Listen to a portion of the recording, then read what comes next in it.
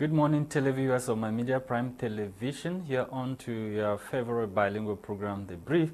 Of course, it's another fresh edition, a program where we always get to dig several layers beneath the major headlines as captured by newspapers. On today's edition of the program, the newspapers are focusing on the security meeting which took place in Yaoundé yesterday, chaired by the Minister Delegate at the Presidency in charge of Defense, Joseph Betty Asomo, to evaluate the security situation of the regions ahead of the 2022-2023 academic year that starts or kickstarts September 5 across the national territory. We shall equally tell you about what the newspapers are saying or observers are saying after the resolutions of Fecafoot General Assembly, the General Assembly which took place in Douala on Saturday, which had the mandates of the current President Samuel Eto'o extended from 4 to 7 years, and many other resolutions that were taken during the meeting or the Douala meeting.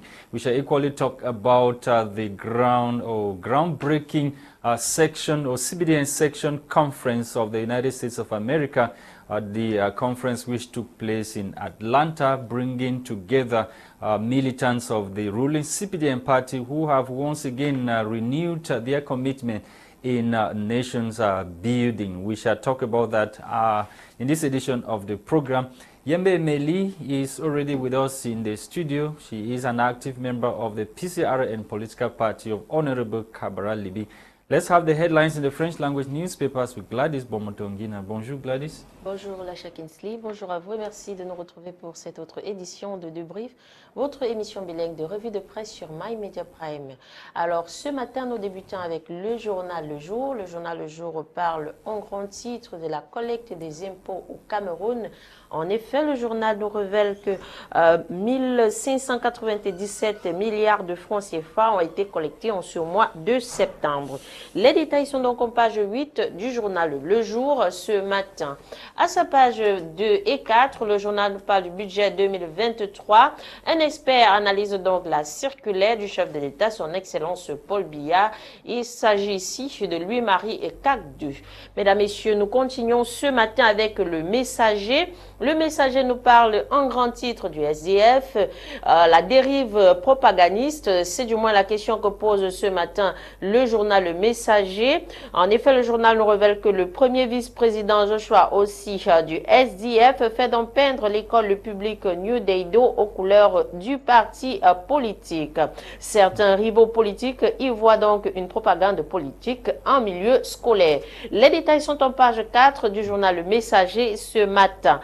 À sa page 7, le journal nous parle de l'évacuation sanitaire des Cambi brillants. C'était donc en Turquie. En page 3, le journal nous parle de la rentrée scolaire 2022-2023.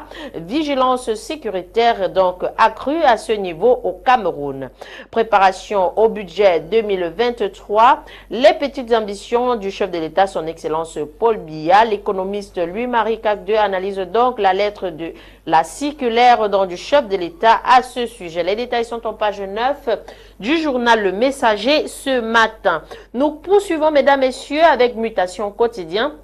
Mutation Quotidien revient aussi à un grand titre sur la recette fiscale du Cameroun. En effet, la Direction générale des impôts a collecté 1597 milliards de francs CFA entre janvier et juillet 2022, soit une hausse de près de 300 milliards de francs CFA dans les mêmes intervalles par rapport à l'année 2021. Les détails sont en page 9 de Mutation Quotidien ce matin.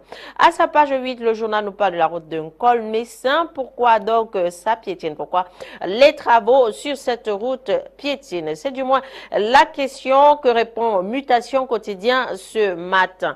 Mesdames, Messieurs, nous poursuivons avec l'info à chaud. L'info à chaud parle en grand titre des prochaines échéances électorales à l'ouest Cameroun. Les RDPcistes posent donc des conditions pour battre le professeur Maurice Kamto. C'est du moins ce que révèle l'info à chaud ce matin à sa page 9 et 10. Mesdames, Messieurs, nous clôturons ce matin avec Émergence Quotidien. Émergence Quotidien parle en grand titre de tabagisme au Cameroun, l'industrie du tabac sur le gris. En effet, elle est accusée de ne pas appliquer la réglementation. Les détails sont donc en page 3 d'Émergence au quotidien ce matin. À sa page 7, Émergence au quotidien parle lui aussi de l'impôt. Le Cameroun collecte donc 1597 milliards de francs CFA. En page 8, le journal Émergence parle de la prison de Newbell. La résurgence du choléra fait donc 9 morts à Newbell. Nous continuons, nous clôturons avec Émergence au quotidien à sa page 4 qui nous parle des conseillers régionaux de la Damawa, 1 milliard pour la construction des infrastructures scolaires. Mesdames, Messieurs, voilà pour vos titres ce matin en langue française. Place à la découverte des titres en langue anglaise avec toi, Lasha.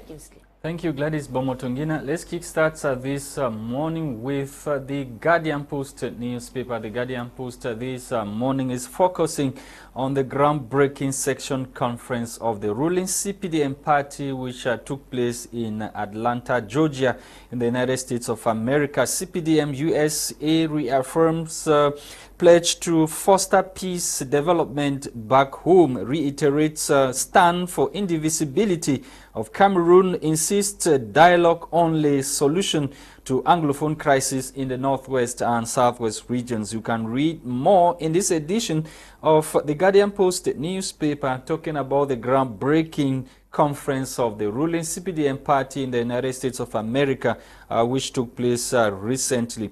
And still in the Guardian Post newspaper this morning, on this editorial piece, talking about Fekafut General Assembly, which was staged in Douala on Saturday. Fekafut copying CPDM's bad example, writes the Guardian Post newspaper. We are told that the constitutionality of the 5-year tenure of President Paul Biya would have said it in 2011, but the obese majority of the CPDM tingered the constitution to increase the mandate of President Paul Biya from 5 to 7 years without any term limit. The same example which is being copied by Fekafut, as the General Assembly unanimously agreed or approved a bill or approved the project of extending the mandate of the current President Samuel Eto'o from 4 to 7 years, as the paper tells us. And the paper terms the move taken by the General Assembly of Fekafut as copying the bad example of the ruling CPDM that had President Paul Biya's tenure of office extended, as we are told. You can read more in this edition of the Guardian Post newspaper on page 4. And the Guardian Post newspaper is taking us to Kumba, Meme division of the southwest region of the country, to talk about some Christians who have been arrested for attempting to disrupt church service at the Kumba, Kumba Presbyterian Church, Kumba town in Meme division of the southwest region. Before the Christians were arrested, we are told that fresh consignment of fetish objects were found at the entrance to